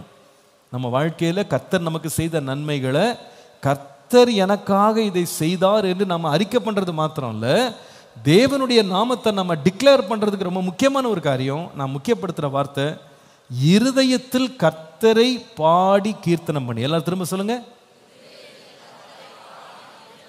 ஆமென். எதுல பாடணும்? இருதயத்தில். அப்படின்னா அர்த்தம் என்னன்னா, இந்த அப்செஷன், இந்த ஒரு அடிக்ஷன்லேருந்து வெளியே வரணும். என்னையே எல்லாரும் பார்க்கணும், என்னை கண்டுக்கிட மாட்டேங்கிறாங்க சொல்கிறோம் பாருங்க. இந்த அடிக்ஷன்லேருந்து வெளியே வர்றதுக்கு இருதயத்தில் கர்த்தரை பாடி கீர்த்தனம் பண்ணணும். நீங்கள் யாராவது உங்களை பார்த்து யாருமே கண்டுக்கலன்னு சொல்லி வருத்தமாக இருக்கீங்களா? யாருமே என்னை திரும்பி பார்க்க மாட்டேங்கிறாங்க, யாருமே என்னை கண்டுக்கிட மாட்டேங்கிறாங்க, யாருமே என்னை விசாரிக்க மாட்டேங்கிறாங்க, யாருக்குமே நான் முக்கியத்துவம் இல்லாமல் போயிட்டேன், வர யாருமே என்கிட்ட பேச மாட்டேங்கிறாங்க, இப்படிலாம் ரொம்ப வருத்தப்பட்டு பேச மாட்டேங்கிறாங்களே, பார்க்க மாட்டேங்கிறாங்களே, கண்டுகொள்ள மாட்டேங்கிறாங்களேன்னு ரொம்ப மன நொந்து போய் உடஞ்சி போய் உட்காந்துருக்கீங்களா? அந்த நோயை உடைக்கிறதுக்கு என்ன வழின்னா, கர்த்தருடைய மகத்துவங்களை சொல்லுங்க. மற்றவர்கள்ட்ட கர்த்தர் எனக்காக செய்ததை சொல்லுங்க. நம்மை புகழுகிறதை விரும்பாதீங்க. மனிதர்கள் நம்மை புகழும்படி வந்தா கூட அதை ஏற்றுக்கொண்டு அதில் மகிழ்ந்துடாதீங்க. அந்த நோய்க்கு அது தீனி மாதிரி ஆயிடும். அதை விரும்பாம அதை வெறுத்து என்ன புகழாதீங்க, எல்லாம் கர்த்தரே செய்தார். ஹல்லேலூயா. ஒவ்வொரு முறையும் யாராவது ஒருத்தர் உங்களை ரொம்ப பாராட்டிட்டாங்க, உன்ன மாதிரி யாரும் படிக்க முடியாதுப்பா, நீ சூப்பராக மார்க் எடுத்திருக்கேன்னா, ஓ பரவாயில்ல நான் தான் எடுத்துட்டேன்னு நினச்சிடாதீங்க, ஆமான்னு சொல்லிடாதீங்க. ஒரே ஒரு வார்த்தை சொல்லுங்க, இட்ஸ் ஆல் காட்ஸ் கிரேஸ். எல்லாம் தேவ கிருபை. ஹல்லேலூயா. படிக்க வச்சது தேவ கிருபை, உயிரோடு இருக்க வச்சது தேவ கிருபை, புரியும்படி செய்தது தேவ கிருபை, எல்லாமே கர்த்தர் கிருபைன்னு சொல்லிருங்க. சொல்லிட்டு வேதம் சொல்லுது, வாயினால பாடுறது மாத்திரம் இல்லை, எதுல பாடணுமா? இருதயத்தில் பாடணும். இயேசு அதனால தான் எரேமியால வாசிக்கிற, இந்த ஜனங்கள் உதட்டினால் என்னிடத்துல சேர்றாங்க, இருதயம் எங்க இருக்கு? தூரமா இருக்கு. நிறைய பேர் வாயினால பாட்டு பாடிடுவாங்க. வர்ஷிப்பில் ஒரு பாட்டு ஆரம்பிச்ச உடனே எல்லாரும் பாடும்போது நம்மளும் சேர்ந்து பாடிடுவோம். அது முக்கியம் கிடையாது. அதை விட முக்கியமானது என்ன தெரியுமா? இருதயத்தில் பாடணும். அவ்வப்போது கர்த்தர் செய்த நன்மைகளை நினைச்சு தனியாக இருக்கும் போது கூட, பிரயாணம் பண்ணும்போது கூட, sing a song in your heart, making melody in your heart ன்னு ஒரு பாட்டை ஒன்று இருக்கு. இருதயத்தில் கர்த்தரை களிப்போடு பாடணும். மகிழ்ச்சியோடு பாடணும். எத்தனையோ முறை இந்த அனுபவம் எனக்கு இருந்திருக்கிறது. தனியாக அப்படியே தேவனை நினைத்து சில காரியங்களை செய்து நினைக்கும் போது தானா ஒரு பாட்டு உள்ள வந்துடும். அப்படி உள்ளே மனசுக்குள்ளே பாடிட்டு கர்த்தரை மகிமைப்படுத்துகிற நேரங்கள் எவ்வளோ மகிழ்ச்சியாக இருக்கும். நமக்கு அந்த அனுபவம் வேணும். All the time singing to God in your heart. ஒருவேளை எல்லா நேரத்தையும் ஆஃபீஸ்லலாம் வாயை திறந்து பாட முடியாமல் இருக்கலாம். பாட்டு பாடிங்கன்னா வேலையை பாருங்கன்னுவாங்க. இல்லை, பாடுறது சரியாகவும் இருக்காது. அந்த நேரத்தில் வேலை நேரத்தில் சத்தம் போட்டு பாட முடியாது, கைத்தட்டி பாட முடியாது. எப்படி பாடலான்னா இருதயத்தில் என்ன பண்ணலாம் சொல்லுங்கள்? எங்கே பாடணும்? இருதயத்தில் கர்த்தருக்கு ஒரு மெலடி எழுப்பி பாடிக்கிட்டே இருங்களேன்.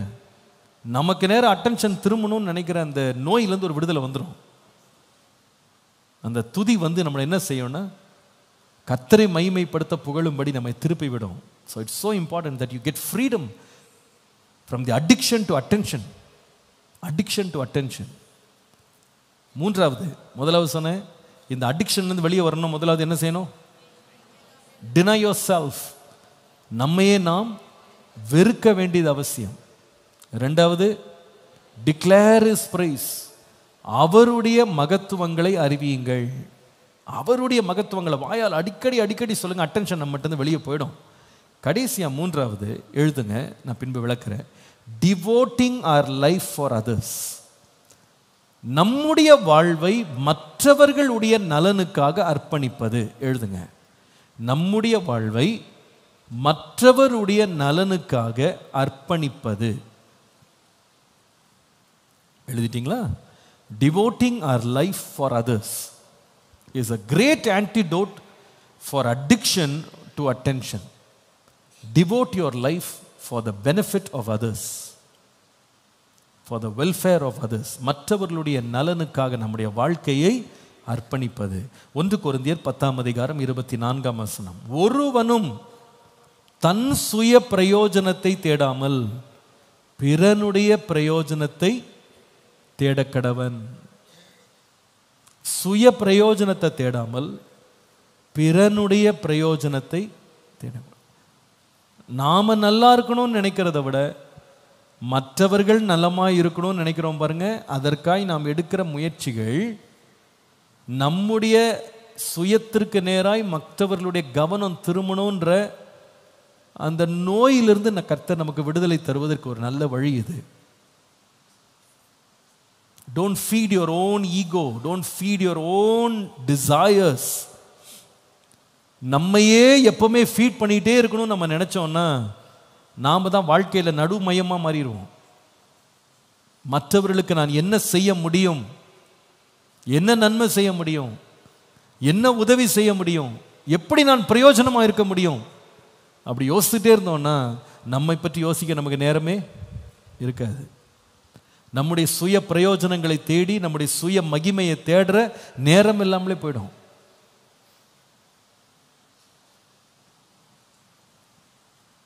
ரெண்டு பிரமாணங்களை தான் இயேசு சொன்னார். எல்லா நியாய பிரமாணமும் இந்த 2 பிரமாணத்தில் தான் அடங்கியிருக்கு. ஒன்று, உன் முழு இருதயத்தோடு, உன் முழு ஆத்மாவோடு, முழு பலத்தோடு உன் தேவனில் அன்பு கூறு. கர்த்தர் மேல் அன்பு வை. 2வது, உன்னை நீ நேசிக்கிறது போல பிறனிலும் அன்பு கூறுவாயாக. மற்றவங்க மேல் அன்பு வை.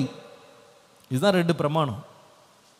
மற்றவர்கள் மேல் அன்புள்ளவர்களாய் மற்றவர்களுடைய நலனை நம்ம தேடி அவர்களுக்காக நம்ம உழைச்சி அவர்களுக்காக நம்ம வேலை செஞ்சு அவர்களை நம்ம சந்தோஷப்படுத்தி அவர்களுக்கு நன்மையானவைகளை கொடுத்துட்டே இருந்தோம்னா இந்த அடிக்ஷன் டு அட்டென்ஷன் வந்து விடுதலை வந்துடும் நமக்கு.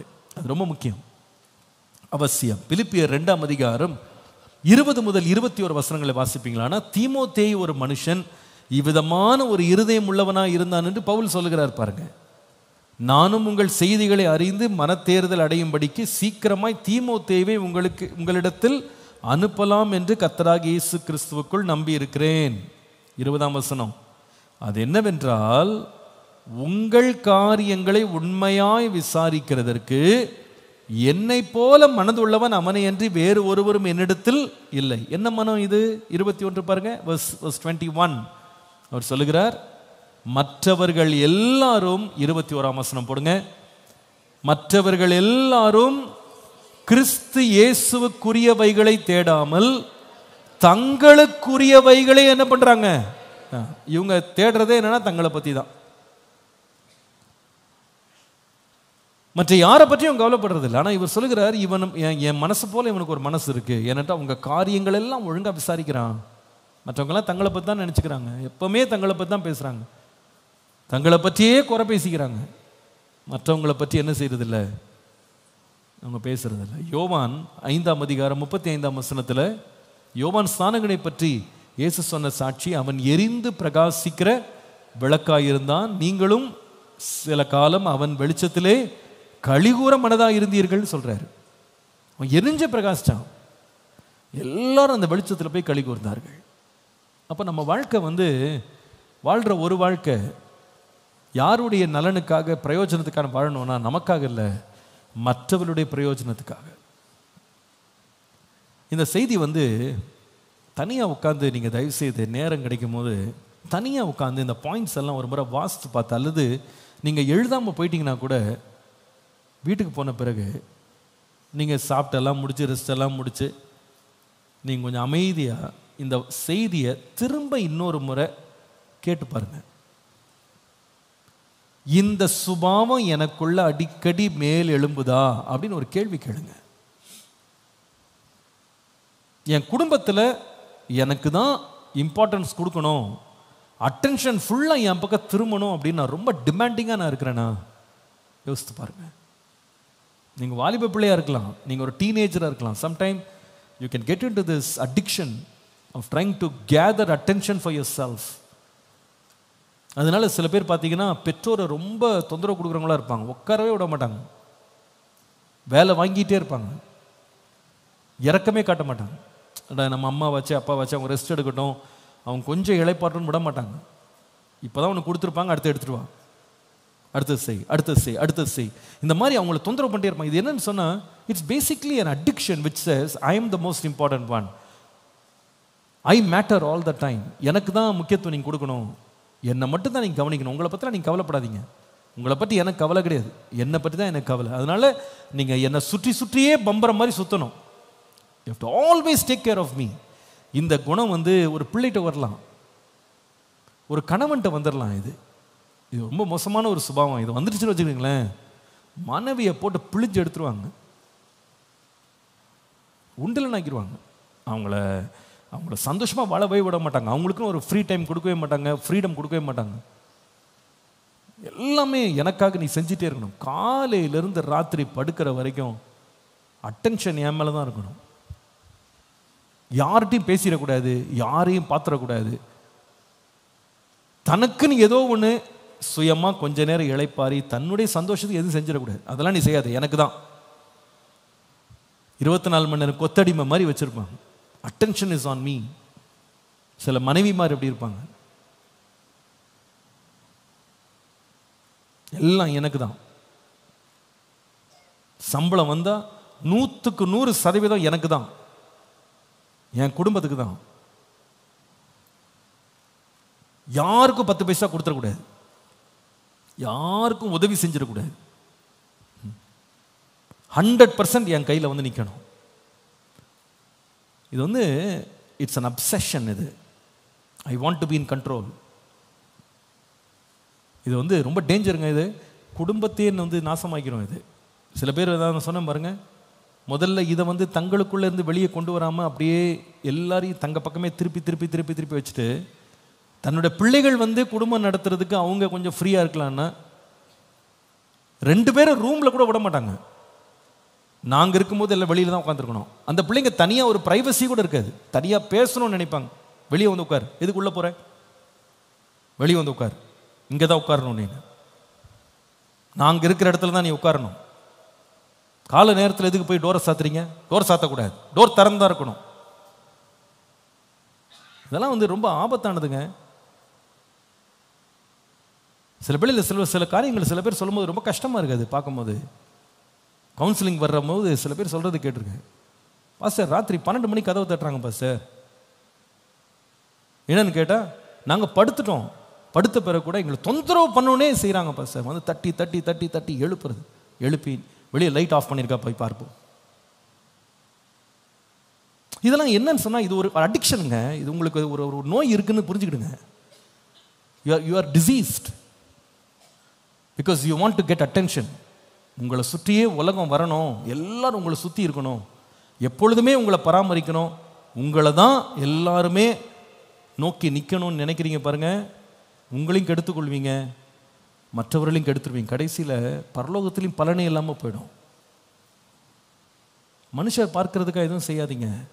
மனுஷனுடைய பாராட்டுக்காக, புகழுக்காகவே வாழணும், மனுஷனுடைய எல்லா பாசமும் உங்கள் பக்கம் திரும்பணும் கிடையாது. நான் என்ன செய்கிறேன், நான் மற்றவர்களுக்கு என்ன செய்கிறேன், அந்த எண்ணம் இருக்கணும். பிள்ளைங்களுக்கு இது இருக்கணும். அந்த செல்ஃபிஷான ஆம்பிஷன்ஸ் வந்து it's gone to really destroy us. அது வந்து நம்மளை சாட்டிஸ்ஃபையே பண்ண முடியாது, சாட்டிஸ்ஃபையே பண்ண முடியாது. சில பேர் பாருங்க, 100 ரூபாய் கையில் கொடுத்தா கூட அந்த 100 ரூபாவையும் தனக்குன்னு 100க்கு 100 செலவழிக்க தான் விரும்புகிறாங்களே தவிர மற்றவர்களை பற்றிய ஒரு பரிவே கிடையாது. சில பேர் பாருங்க, ஒரு ஐஸ்கிரீம் வாங்கி வச்சுட்டா போதும், அந்த ஐஸ்கிரீமை வயிறில் இடமே இருக்காது, இன்னொருத்தர் கொடுக்கக்கூடாதுன்ற ஒரே காரணத்துக்காக மொத்தத்தையும் வலிச்சு வலிச்சு சாப்பிடுவாங்க பாருங்க. இது ஒரு நோய்ங்க, இது it's an obsession, don't take it lightly. கடையில் ஒரு பிரியாணி வாங்கிடுவாங்க, அந்த பிரியாணி பொட்டலத்தில் பாதி கூட என்னால் சாப்பிட முடியாது, மொத்தத்தையும் எனக்கு வை, நான் தான் சாப்பிடணும். இவங்க சாப்பிட்ட பிறகு மிச்சம் மீதி தான் மற்றவங்க சாப்பிடணும். இது ஒரு அப்சஷன். பணம் வந்துருச்சா எல்லாம் நான் தான் செலவழிக்கும், எனக்காக செலவழிக்கும், மிச்சம் மீதி தான் மற்றவங்க, left over is for others. அப்படி இல்லை. ஆண்டவரே எனக்கு என்ன விடுதலை ஆக்கும்னு சொல்லி கேளுங்க. இது உங்கள் குடும்பம் எவ்வளோ சமாதானமாக மாறுது பாருங்க, உங்கள் வாழ்க்கை எவ்வளோ மகிழ்ச்சியாக மாறுது பாருங்க, எவ்வளோ திருப்தியாக மாறுகிறது பாருங்க. என்னை விடுதலையாக்க ஆண்டவரேன்னு கதருங்க. ஆண்டவரே, இப்படி என்னையே இந்த சுயத்துக்காக வாழ்ந்துட்டு இப்படி வாழ்க்கையை வாழ்ந்துட்டு இருக்கிறேனே, இதுலேருந்து எனக்கு ஒரு விடுதலை தாங்க, விடுதலை தாங்க, விடுதலை தாங்க. பகிர்ந்து கொடுக்கிற இருதயத்தை தாங்க, மற்றவர்களை விசாரிக்கிற இருதயத்தை தாங்க, மற்றவர்களை பற்றி கவலை உள்ளவனா இருக்க கிருபை தாங்க, மற்றவர்களுக்காக பரிதபிக்கிற ஒரு இருதயத்தை எனக்கு தாங்க, மற்றவர்களை விசாரிக்கிற இருதயத்தை தாங்க. சபை எதுக்குங்க இருக்கு? சபை எதுக்கு இருக்கு? அன்புக்கும் நற்கிரியைக்கும் ஏவப்படுவதற்காக. சபை கூடி வருதல் என்ன பண்ணாதீங்க, விட்டுடாதீங்க. அப்ப நம்ம என்ன எதுக்காக வர்றோம்? அன்புக்கும் நற்கிரியைக்கும் ஏவப்படுறதுக்கு. அப்படின்னா அர்த்தம் என்ன? மற்றவங்களை விசாரிக்கிறது, மற்றவங்களுக்காக ஜெபிக்கிறது, மற்றவங்களை பராமரிக்கிறது, மற்றவருடைய குறைவுகளை விசாரித்து அவர்களுக்கு உதவி செய்கிறது. கர்த்தர் இதற்காக தான் கர்த்தர் கிருபையாக சபையை கொடுத்திருக்கிறாரு, சபையை கொடுத்திருக்கிறாரு. அதுல பங்கெடுக்க நீங்க விரும்புங்க, தொந்தரவா நினைக்காதீங்க. சில பேர் நான் யார் பிரச்சனைக்கும் உள்ள தலையிட விரும்பவே இல்லை, சர்ச்சுக்கு வர வேண்டியது பாயை சுருட்டி போட்ட மாதிரி எழுச்சி போயிட்டே இருக்க வேண்டியது, யார் எக்கட கட்டா எனக்கு என்ன, நான் தான் முக்கியம், இங்கே என் லைஃப் தான் முக்கியம், மற்றவங்களை பற்றி நான் என்ன பண்ண மாட்டேன், சட்டை பண்ண மாட்டேன். சில பேர் பார்க்கிங்கில் போய் சண்டை போடுவாங்க.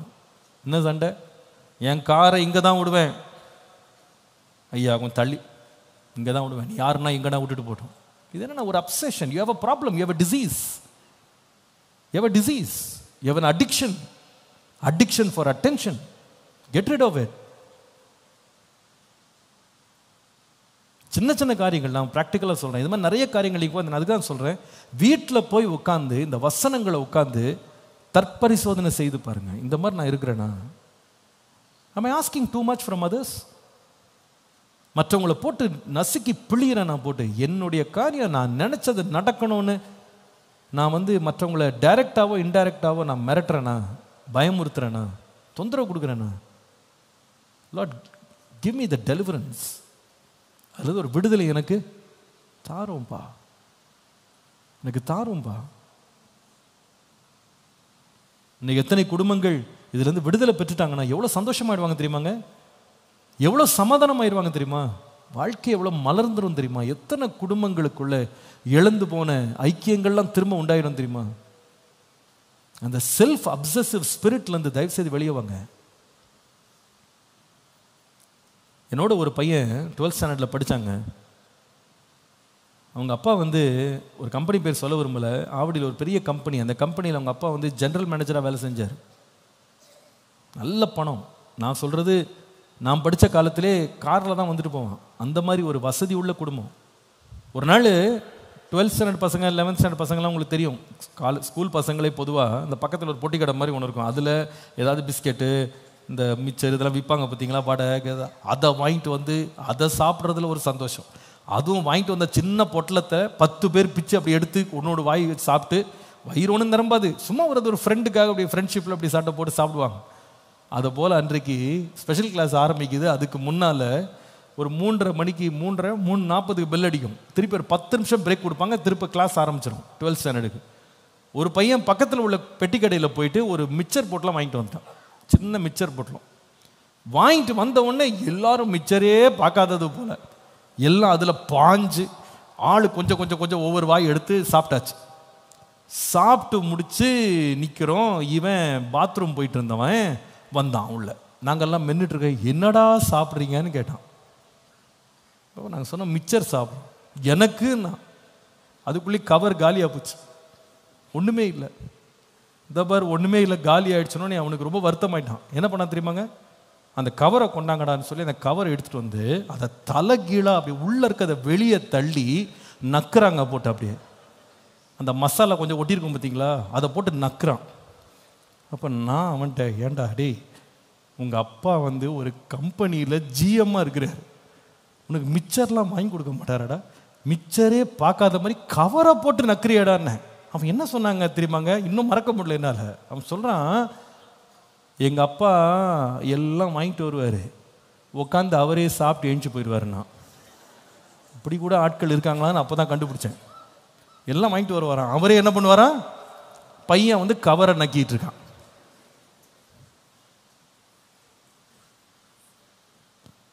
ஏங்க சிரிக்கிறோம் நம்ம, ஆனால் நிறைய சின்ன சின்ன காரியங்களில் கூட we have a problem in this area, தெரியுமா?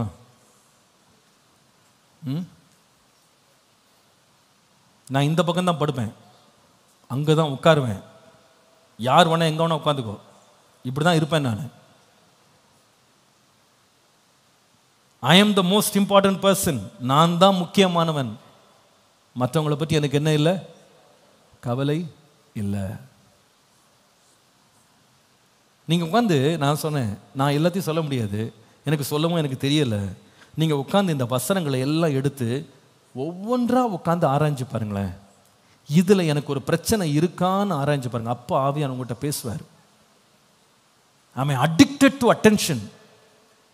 எல்லார் கண்களில் நான் தான் முக்கியத்துவம் பெற வேண்டும் என்ற ஒரு நோய் என்னை பிடிச்சிருக்கா, ஆண்டவர் உணர்த்துவார்.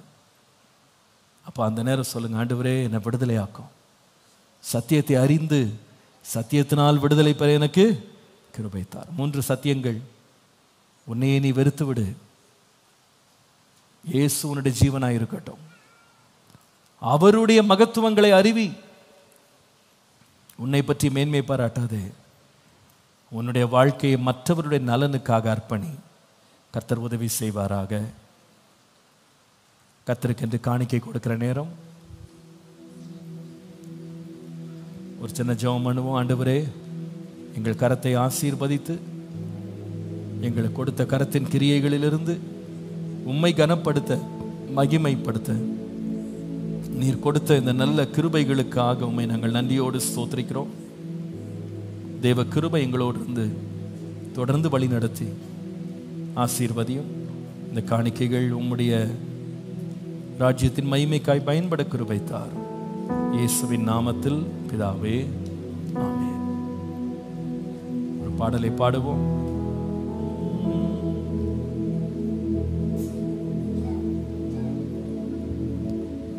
வாழ்த்துகிறேன் இயேசுநாதா, வாழ்த்துகிறேன் இந்த காலையிலே, வாழ்த்துகிறேன் இயேசுநாதா, வாழ்த்துகிறேன் இக்காலையிலே, வாழ்த்துகிறேன் இயேசுநாதா,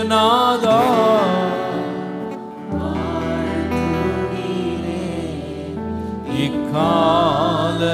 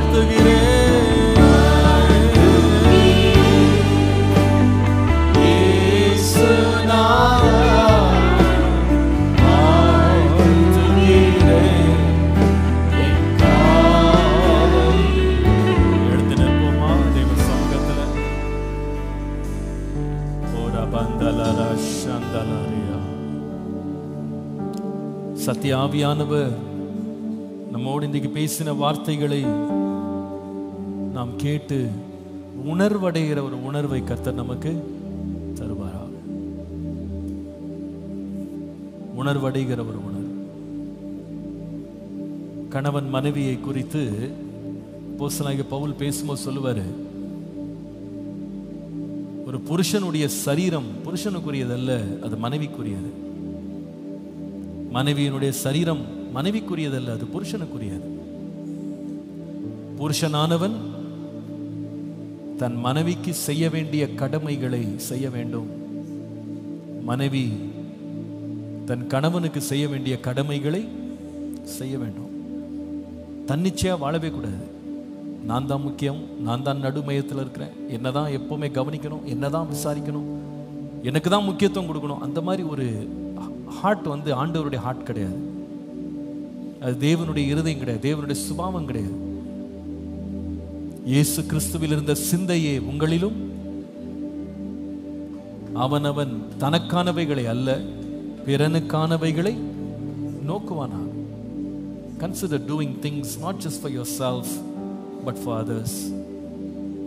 நிறைய வேளையில ஒரு குடும்பமா கூட ஒரு காலத்துல வந்து நாம வந்து வேலைக்கு போயிட்டு வரும்போது மனைவியை நினைச்சு, கணவனை நினைச்சு, பிள்ளைகளை நினைச்சு, பெற்றோரை நினைச்சு ஏதாவது வாங்கிட்டு வந்து கொடுக்கறதெல்லாம் ஒரு பழக்கமா இருந்துச்சு இல்லையா? இப்ப நம்ம அதுக்கெல்லாம் கவலை கிடையாது. இப்ப எல்லாம் விட்டுட்டோம் பாருங்க. அவங்களுக்கு என்ன என்ன என்ன குறைவா வச்சிருக்கேன், சாப்பாடு நல்லா தானே போடுறேன் அப்படின்னு தான் நம்ம நினைக்கிறோம். ஆனா என் மனைவிக்காக, என் கணவனுக்காக, என் பிள்ளைக்காக, என் பெற்றோருக்காக நான் செய்யணும், அந்த ஒரு இருதயம் இருக்கணுங்க. ரொம்ப அவசியம் அது. இந்த மாதிரி எண்ணங்கள்லாம் நம்மளை விட்டு போயிடக்கூடாது. சம்பாரிச்ச மொத்த காசையும் நானே சாப்பிட்டுட்டு நானே என்ஜாய் பண்ணிட்டு இல்லை. இந்த செல்ஃப் சென்டர்ட் ஆம்பிஷன்ஸ் வந்து கர்த்தர் விடுதலை தந்து, ஆண்டவரே ஒரு பிறர் நலம் கருதுகிற ஒரு இருதயத்தை எனக்கு தாங்க. வாங்குவதை பார்க்கிலும் கொடுப்பதே பாக்கியம். ஒரு காலத்துலலாம் வேலைக்கு போனவங்க கூட ஒரு வாரத்துக்கு ஒரு முறையாக கூட என் மனைவிக்கு பிடிச்ச இந்த ஸ்வீட் நான் வாங்கிட்டு வரணும், ஒரு வடை வாங்கிட்டு வரணும், என்ன ஏதோ ஒன்று வாங்கிட்டு வந்து கொடுத்து சந்தோஷப்படுத்துகிற நாட்கள்லாம் இருக்கு. எத்தனை நாள் ஆச்சுன்னு யோசித்து பாருங்க. அந்த நினைப்பாவது வருதான்னு யோசித்து பாருங்களேன், அந்த எண்ணமாவது வருதான்னு யோசித்து பாருங்க. இல்லையா? என்னை பத்தி வர வழியிலே சில பேர் உட்காந்து சாப்பிட்டுட்டு வந்து இதெல்லாம் சாப்பிட்டேன்னு வந்து வீட்டில் லிஸ்ட் கொடுக்குறாங்க. எப்படிப்பட்ட ஒரு எண்ணம் மாறி போச்சு இன்னைக்கு. Means you are very important, nobody else matters இல்லையா? பிள்ளைங்க நீங்க வந்து உட்காந்து ஒரு இடத்துல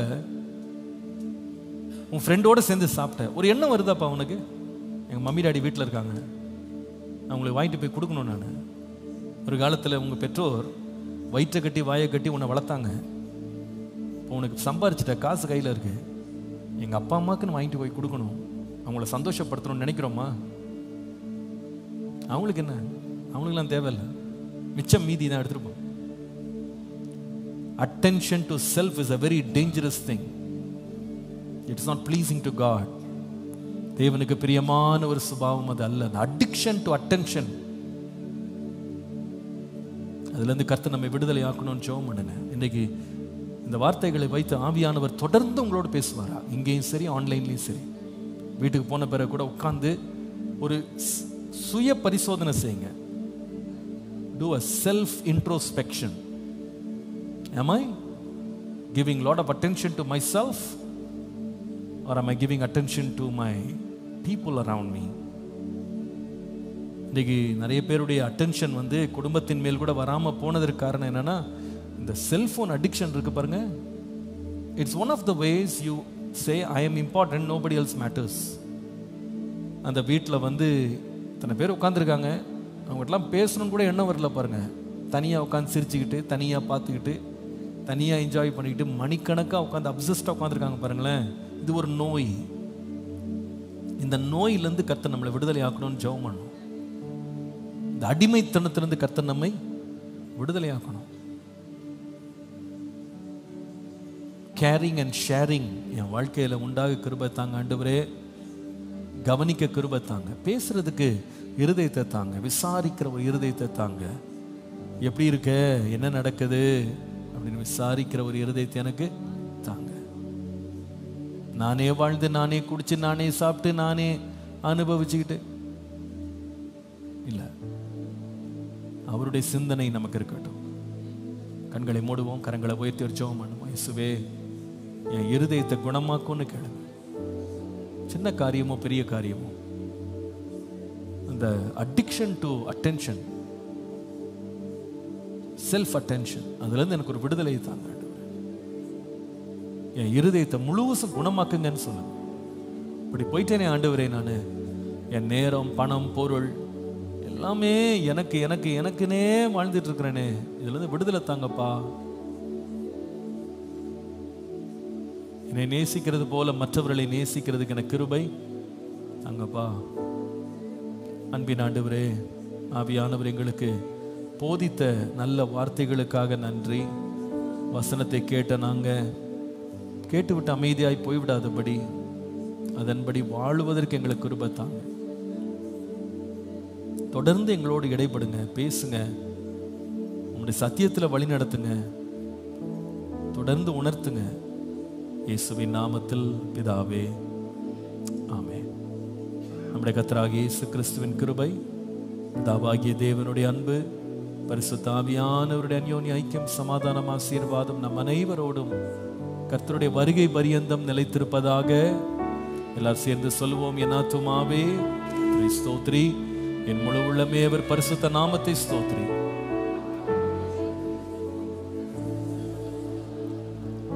அவருடைய அக்கிரமங்கள் எல்லாம் மன்னித்து, நோய்கள் எல்லாம் குணமாக்கி, நன்மையினால் வாயை திருப்தியாக்குகிறார். வயது திரும்ப வாழ வைது போல் ஆகிறது. ஆமென். Praise the Lord. கர்த்தர் எல்லாரையும் ஆசீர்வதிப்பார். சமாதானத்தோடு சென்று வாங்க. பிள்ளைங்க, நீங்கள் ஏலகிரிக்கு பேர் கொடுக்காம இருந்தால் இன்னைக்கு தான் கடைசி வாரம், கொடுத்துட்டு போயிருங்க. பெற்றோர் உற்சாகப்படுத்துங்க. கர்த்தர் உங்களை ஆசீர்வதிப்பார். ஆமென்.